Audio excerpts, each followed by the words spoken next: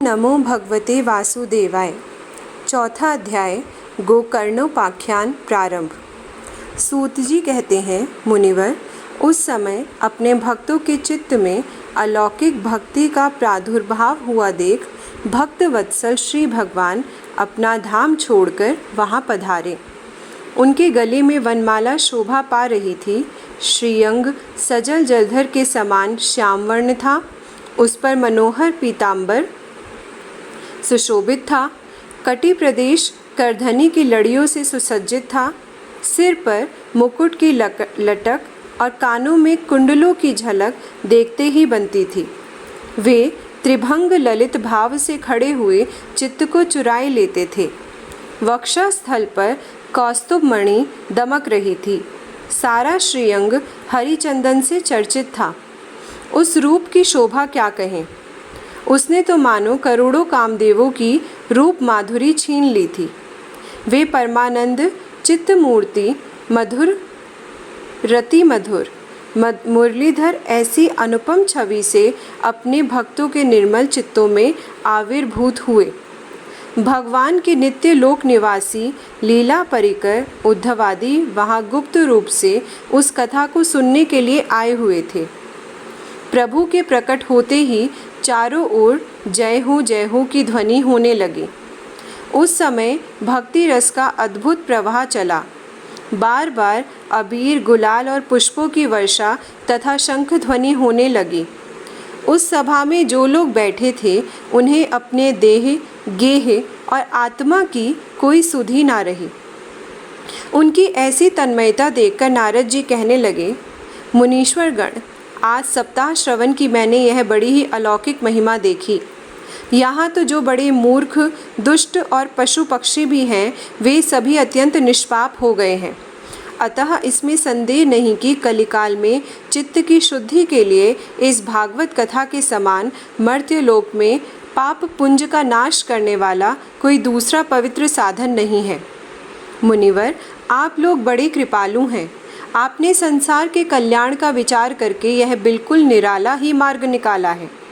आप कृपया यह तो बताइए कि इस कथा रूप सप्ताह यज्ञ के द्वारा संसार में कौन कौन लोग पवित्र हो जाते हैं। सनकादि ने कहा, जो लोग सदा तरह तरह के पाप किया करते हैं, निरंतर दुराचार में ही तत्पर रहते हैं और उल्टे मार्गों से चलते हैं, तथा जो क्रोधाग्नि से जलते रहने वाले हैं, कुटिल और काम परायण हैं, वे सभी इस कलयुग में सप्ताह यज्ञ से पवित्र हो जाते हैं। जो सत्य से च्युत, माता पिता की निंदा करने वाले, तृष्णा के मारे व्याकुल, आश्रम धर्म से रहित, दंभी, दूसरों की उन्नति देखकर कुढ़ने वाले और दूसरों को दुख देने वाले हैं, वे भी कलयुग में सप्ताह यज्ञ से पवित्र हो जाते हैं। जो मदिरापान, ब्रह्म हत्या, सुवर्ण की चोरी, गुरु स्त्री गमन और विश्वासघात, ये 5 महापाप करने वाले, छल, छद्म परायण, क्रूर, पिशाचों के समान निर्दयी, ब्राह्मणों के धन से पुष्ट होने वाले और व्यभिचारी हैं, वे भी कलयुग में सप्ताह यज्ञ से पवित्र हो जाते हैं। जो दुष्ट आग्रह पूर्वक सर्वदा मन, वाणी या शरीर से पाप करते रहते हैं, दूसरे के धन से ही पुष्ट होते हैं तथा मलिन मन और दुष्ट हृदय वाले हैं, वे भी कलयुग में सप्ताह यज्ञ से पवित्र हो जाते हैं। नारद जी, अब हम तुम्हें इस विषय में एक प्राचीन इतिहास सुनाते हैं। उसके सुनने से ही सब पाप नष्ट हो जाते हैं। पूर्व काल में तुंगभद्रा नदी के तट पर एक अनुपम नगर बसा हुआ था। वहाँ सभी वर्णों के लोग अपने अपने धर्मों का आचरण करते हुए सत्य और सत्कर्मों में तत्पर रहते थे। उस नगर में समस्त वेदों का विशेषज्ञ और श्रौत स्मार्त कर्मों में निपुण एक आत्मदेव नामक ब्राह्मण रहता था। वह साक्षात दूसरे सूर्य के समान तेजस्वी था। वह धनी होने पर भी भिक्षाजीवी था। उसकी प्यारी पत्नी धुंधुली, कुलीन एवं सुंदरी होने पर भी सदा अपनी बात पर अड़ जाने वाली थी। उसे लोगों की बात करने में सुख मिलता था। स्वभाव था क्रूर, प्रायः कुछ न कुछ बकवास करती रहती थी। गृह कार्य में निपुण थी, कृपण थी और थी झगड़ालू भी। इस प्रकार ब्राह्मण दंपत्ति प्रेम से अपने घर में रहते और विहार करते थे। उनके पास अर्थ और भोग विलास की सामग्री बहुत थी। घर द्वार भी सुंदर थे, परंतु उससे उन्हें सुख नहीं था। जब अवस्था बहुत ढल गई तब उन्होंने संतान के लिए तरह तरह के पुण्य कर्म आरंभ किए और वे दीन दुखियों को गौ, पृथ्वी, सुवर्ण और वस्त्र आदि दान करने लगे। इस प्रकार धर्म मार्ग में उन्होंने अपना आधा धन समाप्त कर दिया, तो भी उन्हें पुत्र या पुत्री किसी का भी मुख देखने को ना मिला। इसलिए अब वह ब्राह्मण बहुत ही चिंतातुर रहने लगा। एक दिन वह ब्राह्मण देवता बहुत दुखी होकर घर से निकलकर वन को चल दिया। दोपहर के समय उसे प्यास लगी, इसलिए वह एक तालाब पर आया। संतान के अभाव में दुख ने उसके शरीर को बहुत सुखा दिया था, इसलिए थक जाने के कारण जल पीकर वह वहीं बैठ गया। 2 घड़ी बीतने पर वहाँ एक सन्यासी महात्मा आए। जब ब्राह्मण देवता ने देखा कि वे जल पी चुके हैं, तब वह उनके पास गया और चरणों में नमस्कार करने के बाद सामने खड़े होकर लंबी लंबी सांसें लेने लगा। सन्यासी ने पूछा, कहो ब्राह्मण देवता, रोते क्यों हो? ऐसी तुम्हें क्या भारी चिंता है? तुम जल्दी ही मुझे अपने दुख का कारण बताओ। ब्राह्मण बोला, महाराज, मैं अपने पूर्व जन्म के पापों से संचित दुख का क्या वर्णन करूं? अब मेरे पितर मेरे द्वारा दी हुई जलांजलि के जल को अपनी चिंता जनित सांस से कुछ गर्म करके पीते हैं। देवता और ब्राह्मण मेरा दिया हुआ प्रसन्न मन से स्वीकार नहीं करते। संतान के लिए मैं इतना दुखी हो गया हूँ कि मुझे सब सूना ही सूना दिखाई देता है। मैं प्राण त्यागने के लिए यहाँ आया हूँ। संतानहीन जीवन को धिक्कार है, संतानहीन गृह को धिक्कार है, संतानहीन धन को धिक्कार है और संतानहीन कुल को धिक्कार है। मैं जिस गाय को पालता हूँ वह भी सर्वथा बांझ हो जाती है। जो पेड़ लगाता हूँ उस पर भी फल फूल नहीं लगते। मेरे घर में जो फल आता है वह भी बहुत जल्दी सड़ जाता है। जब मैं ऐसा अभागा और पुत्रहीन हूँ, तब फिर इस जीवन को ही रखकर मुझे क्या करना है? यों कहकर वह ब्राह्मण दुख से व्याकुल उन सन्यासी महात्मा के पास फूट फूट कर रोने लगा। तब उन यतिवर के हृदय में बड़ी करुणा उत्पन्न हुई। वे योगनिष्ठ थे। उन्होंने उसके ललाट की रेखाएं देखकर सारा वृत्तांत जान लिया और फिर उसे विस्तार पूर्वक कहने लगे। सन्यासी ने कहा, ब्राह्मण देवता, इस प्रजा प्राप्ति का मोह त्याग दो। कर्म की गति प्रबल है। विवेक का आश्रय लेकर संसार की वासना छोड़ दो। विप्रवर सुनो, मैं इस समय तुम्हारा प्रारब्ध देखकर निश्चय किया है कि 7 जन्म तक तुम्हें कोई संतान किसी प्रकार नहीं हो सकती। पूर्व काल में राजा सगर एवं अंग को संतान के कारण दुख भोगना पड़ा था। ब्राह्मण, अब तुम कुटुंब की आशा छोड़ दो। संन्यास में ही सब प्रकार का सुख है। ब्राह्मण ने कहा, महात्मा जी, विवेक से मेरा क्या होगा? मुझे तो बलपूर्वक पुत्र दीजिए, नहीं तो मैं आपके सामने ही शोक मूर्छित होकर अपने प्राण त्यागता हूँ। जिसमें पुत्र स्त्री आदि का सुख नहीं, ऐसा संन्यास तो सर्वथा नीरस ही है। लोक में सरस तो पुत्र पौत्रादि से भरा पूरा गृहस्थाश्रम ही है। ब्राह्मण का ऐसा आग्रह देखकर उन तपोधन ने कहा, विधाता के लेख को मिटाने का हठ करने से राजा चित्रकेतु को बड़ा कष्ट उठाना पड़ा था। इसलिए दैव जिसके उद्योग को कुचल देता है, उस पुरुष के समान तुम्हें भी पुत्र से सुख नहीं मिल सकेगा। तुमने तो बड़ा हठ पकड़ रखा है और अर्थों के रूप में तुम मेरे सामने उपस्थित हो। ऐसी दशा में मैं तुमसे क्या कहूँ? जब महात्मा जी ने देखा कि यह किसी प्रकार अपना आग्रह नहीं छोड़ता, तब उन्होंने उसे एक फल देकर कहा, इसे तुम अपनी पत्नी को खिला देना, इससे उसके एक पुत्र होगा। तुम्हारी स्त्री को 1 साल तक सत्य, शौच, दया, दान और एक समय एक ही अन्न खाने का नियम रखना चाहिए। यदि वह ऐसा करेगी तो बालक बहुत शुद्ध स्वभाव वाला होगा। यों कहकर वे योगीराज चले गए और ब्राह्मण अपने घर लौट आया। वहाँ आकर उसने वह फल अपनी स्त्री के हाथ में दे दिया और स्वयं कहीं चला गया। उसकी स्त्री तो थी ही कुटिल स्वभाव की। वह रो रोकर अपनी एक सखी से कहने लगी, सखी, मुझे तो बड़ी चिंता हो गई। मैं तो यह फल नहीं खाऊंगी। फल खाने से गर्भ रहेगा और गर्भ से पेट बढ़ जाएगा, फिर कुछ खाया पिया जाएगा नहीं। इससे मेरी शक्ति क्षीण हो जाएगी। तब बता, घर का धंधा कैसे होगा? और देववश यदि कहीं गांव में डाकुओं का आक्रमण हो गया तो गर्भिणी स्त्री कैसे भागेगी? यदि शुकदेव जी की तरह यह गर्भ पेट में ही रह गया तो इसे बाहर कैसे निकाला जाएगा? और कहीं प्रसव काल के समय वह टेढ़ा हो गया तो फिर प्राणों से ही हाथ धोना पड़ेगा। यूँ भी प्रसव के समय बड़ी भयंकर पीड़ा होती है।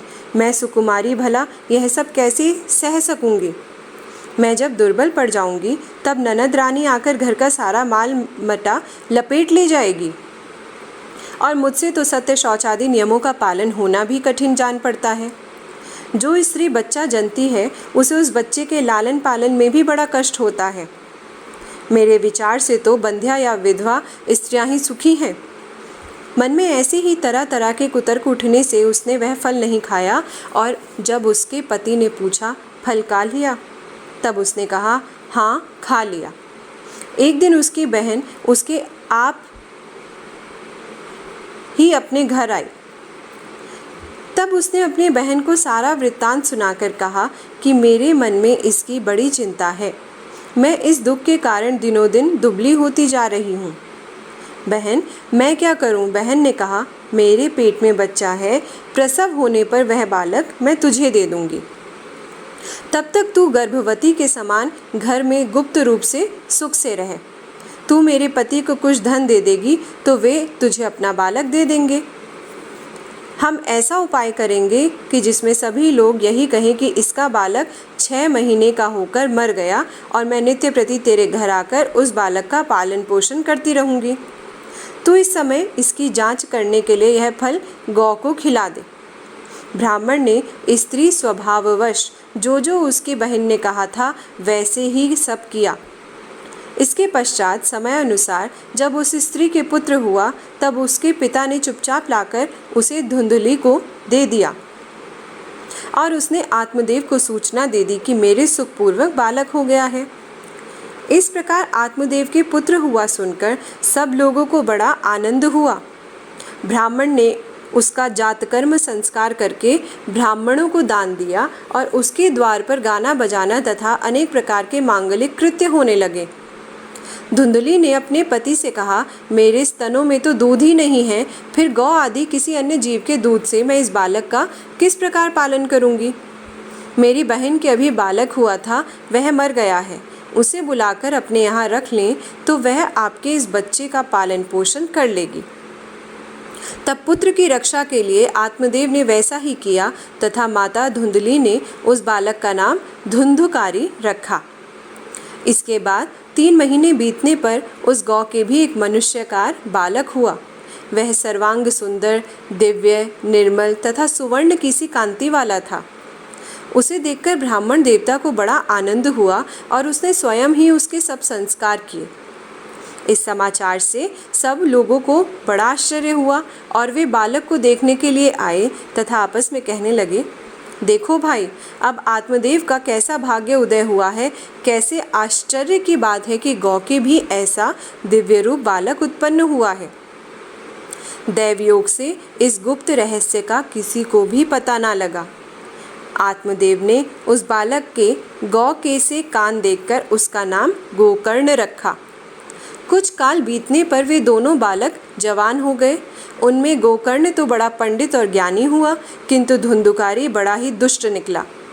स्नान, शौच आदि ब्राह्मणोचित आचारों का उसमें नाम भी ना था और न खान पान का ही कोई परहेज था।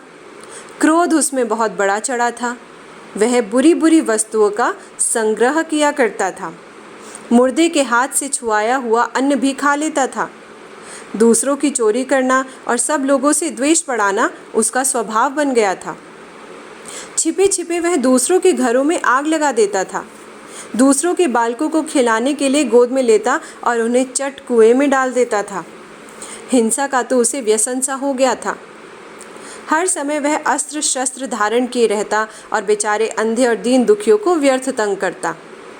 चांडालों से उसका विशेष प्रेम था। बस हाथ में फंदा लिए कुत्तों की टोली के साथ शिकार की टोह में घूमता रहता। वैश्याओं के जाल में फंसकर उसने अपने पिता की सारी संपत्ति नष्ट कर दी। एक दिन माता पिता को मार पीट कर घर के सब बर्तन भांडे उठा ले गया।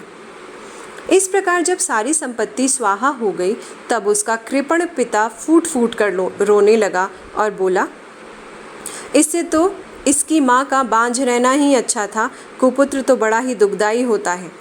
अब मैं कहाँ रहूँ, कहाँ जाऊँ, मेरे इस संकट को कौन काटेगा? हाय, मेरे ऊपर तो बड़ी विपत्ति आ पड़ी है।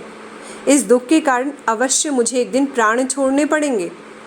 उसी समय परम ज्ञानी गोकर्ण जी वहाँ आए और उन्होंने पिता को वैराग्य का उपदेश करते हुए बहुत समझाया। वे बोले, पिताजी, यह संसार असार है, यह अत्यंत दुख रूप और मोह में डालने वाला है। पुत्र किसका, धन किसका, स्नेहवान पुरुष रात दिन दीपक के समान जलता रहता है। सुख ना तो इंद्र को है, ना चक्रवर्ती राजा को ही। सुख है तो केवल विरक्त एकांत जीवी मुनि को। यह मेरा पुत्र है, इस अज्ञान को छोड़ दीजिए। मोह से नरक की प्राप्ति होती है।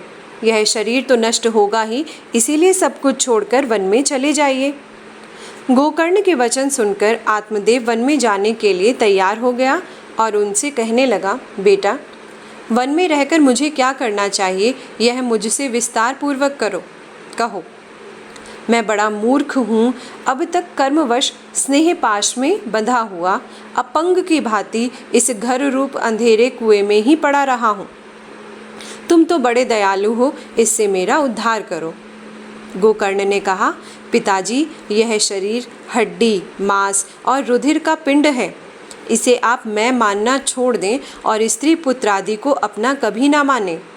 इस संसार को रात दिन क्षण भंगुर देखें। इसकी किसी भी वस्तु को स्थायी समझकर उसमें राग ना करें। बस एकमात्र वैराग्य रस के रसिक होकर भगवान की भक्ति में लगे रहें। भगवत जन ही सबसे बड़ा धर्म है। निरंतर उसी का आश्रय लिए रहें। अन्य सब प्रकार के लौकिक धर्मों से मुख मोड़ लें। सदा साधु जनों की सेवा करें। भोगों की लालसा को पास न फटकने दें तथा जल्द से जल्द दूसरों के गुण दोषों का विचार करना छोड़कर एकमात्र भगवत सेवा और भगवान की कथाओं के रस का ही पान करें। इस प्रकार पुत्र की वाणी से प्रभावित होकर आत्मदेव ने घर छोड़ दिया और वन की यात्रा की। यद्यपि उसकी आयु उस समय 60 वर्ष की हो चुकी थी, फिर भी बुद्धि में पूरी दृढ़ता थी। वहाँ रात दिन भगवान की सेवा पूजा करने से और नियम पूर्वक भागवत के 10वें स्कंद का पाठ करने से उसने भगवान श्री कृष्णचंद्र को प्राप्त कर लिया। शेष अगले भाग में।